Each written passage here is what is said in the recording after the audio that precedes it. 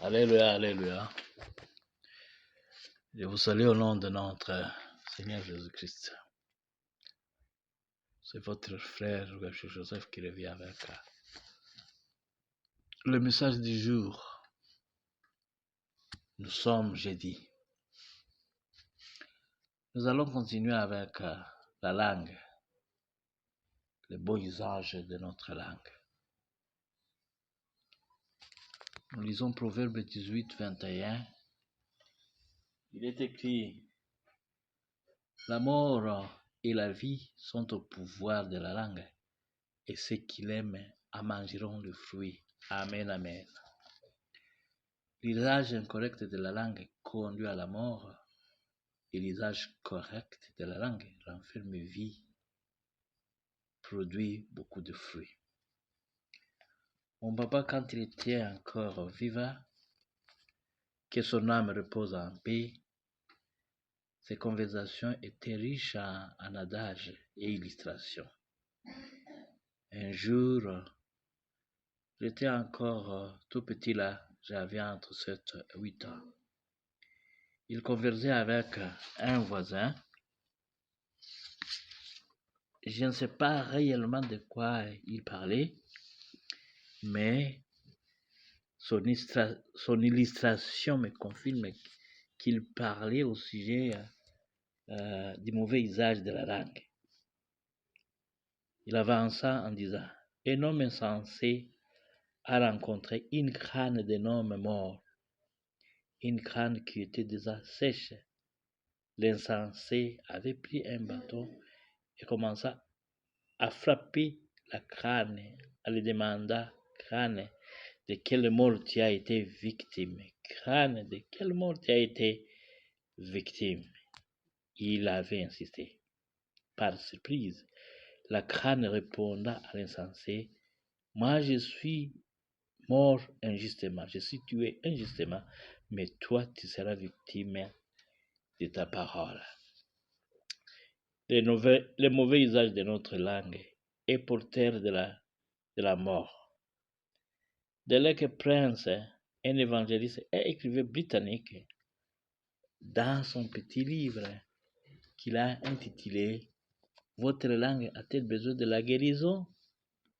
C'est une question. Ce titre nous renferme, nous informe déjà que la langue peut souffrir, peut avoir ses maladies. Et comme nous le savons, quand un organe est malade, c'est tout le corps qui est malade. Et cette maladie peut causer la mort du corps entier. Nous n'allons pas nous attarder aux 6 maladies de la langue. Nous allons seulement les citer et peut-être donner quelques références bibliques. Un petit commentaire est réservé au bon usage de la langue et ce bienfait. Les 6 maladies de la langue sont, premièrement, les paroles excessives. Paroles excessives, comme référence, c'est Proverbe 10, 19. Là où il est écrit, où l'on parle beaucoup, le péché ne manque pas. Il est prudent, celui qui retient ses lèvres. Parler beaucoup produit le péché.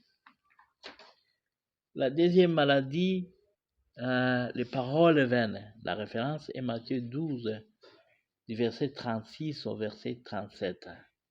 Les paroles vaines seront comptées et pesées au dernier jour. La troisième maladie, le cancre.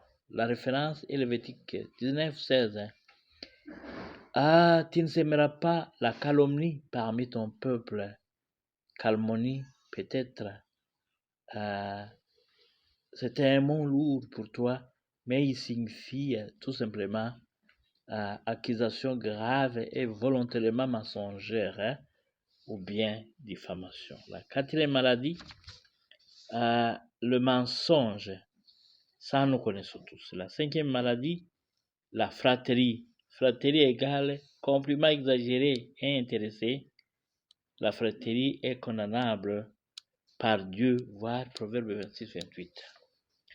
La langue trompeuse est ce qu'elle a abattu et la bouche flatteuse, la ruine. Et la 6e maladie, ce sont les paroles légères. La référence est Proverbe 29, 20. As-tu vu un homme étourdi dans ses paroles? Il a pris à espérer d'insensé que lui. Cet homme est qualifié d'insensé parce qu'il agit sans réfléchir. Bien-aimés, n'expose pas nos langues à ces maladies. Si elles sont atteintes par ces maladies, courons vite pour les faire soigner. Le même Derek Prince nous donne 3 étapes à affranchir pour guérir ces maladies de la langue. Premièrement, être sincère, reconnaître nos péchés, surtout ceux liés à notre langue. Deuxièmement, rechercher le pardon et la purification. Pour cette étape, Derek s'appuie à cette écriture qu'on retrouve dans Jean, chapitre 1er, verset 7 jusqu'à 9. Si nous marchons dans la lumière, comme il est lui-même dans la lumière, nous sommes en communion les uns avec les autres. Et le sang de Jésus, son Fils, nous purifie de tout péché. Si nous disons que nous n'avons pas de péché, nous séduisons nous-mêmes et la vérité n'est point à nous. Si nous confessons nos péchés, il est fidèle et juste pour nous les pardonner et pour nous purifier de toute iniquité. Amen, amen. La 3e étape, ou bien la 3e phase est refuser les péchés. Soumettez-vous à Dieu. Nous avons premièrement une part de responsabilité dans la guérison de notre langue. Un exemple concret est celui du roi David. Car nous lisons Psaume 39, versets 2 et 3. Le roi David avait pris une décision de bien gérer sa langue. Au cas où tu n'es pas capable de prendre la décision, fais recours à Dieu. Cette 3e étape se résume dans cette écriture.